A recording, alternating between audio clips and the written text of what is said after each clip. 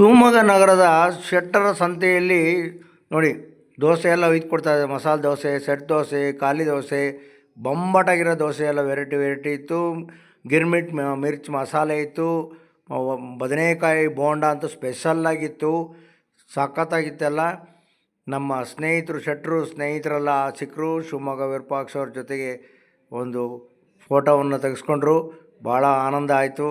ಅದ್ರ ಜೊತೆಗೆ ನೃತ್ಯ ಕಾರ್ಯಕ್ರಮ ಆಯಿತು, ಬೊಂಬಾಟಾಗಿತ್ತು. ಹೆಣ್ಮಕ್ಳಂತೂ ಚೆನ್ನಾಗಿ ನೃತ್ಯ ಮಾಡ್ತಾ.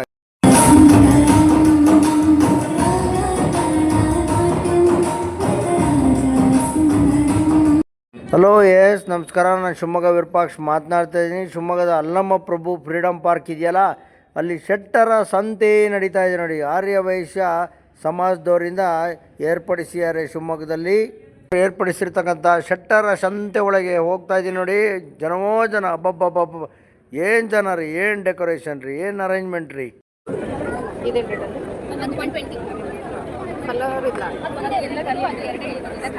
ಹೇಗಿದೆ ಶೆಟ್ಟರ್ ಸಂತೆ ವ್ಯಾಪಾರ?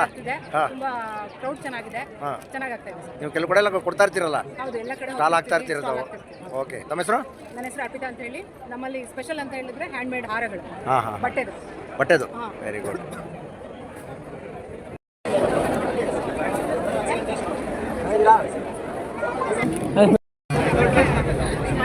ಮಡಿಕೇರಿ ಅಲ್ಲಿಂದ ಬಂದಿದ್ದೀರಾ ಸ್ಟಾಲ್ ಹಾಕೋದಕ್ಕೆ?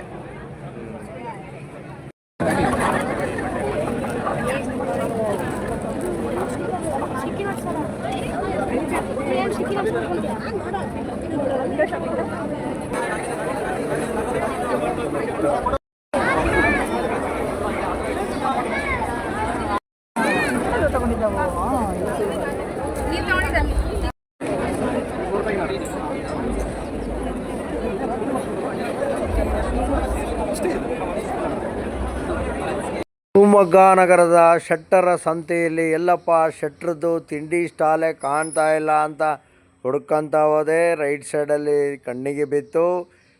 ಸೂಪರಾಗಿರ್ತಕ್ಕಂಥ ಐಟಮ್ಗಳೆಲ್ಲ ಮಾಡ್ತಾಯಿದ್ರು. ಬೋಂಡ ಮಾಡ್ತಾಯಿದ್ರು, ಸೂಪರಾಗಿದೆ ನೋಡಿ. ಶಾವಿಗೆ ಮಾಡ್ತಾರೆ, ಎಲ್ಲ ಥರದ ಐಟಮ್ ಇತ್ತು. ಕೀಲ್ಸ, ರಾಗಿ ಕೀಲ್ಸ ಸೂಪರಾಗಿತ್ತು, ಭಾಳ ಅಟ್ರಾಕ್ಟಿವ್ ಆಗಿತ್ತು. ಲಕ್ಷ್ಮಿ ಹೋಮ್ ಪ್ರಾಡಕ್ಟ್ ನೋಡಿ, ತುಂಬ ಐಟಮ್ಗಳೆಲ್ಲ ಮಾಡ್ತಾಯಿದ್ರು.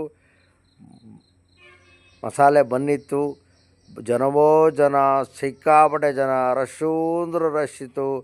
ನಾನೆಲ್ಲ ಒಂದು ಸುತ್ತು ಹಾಕಿದೆ.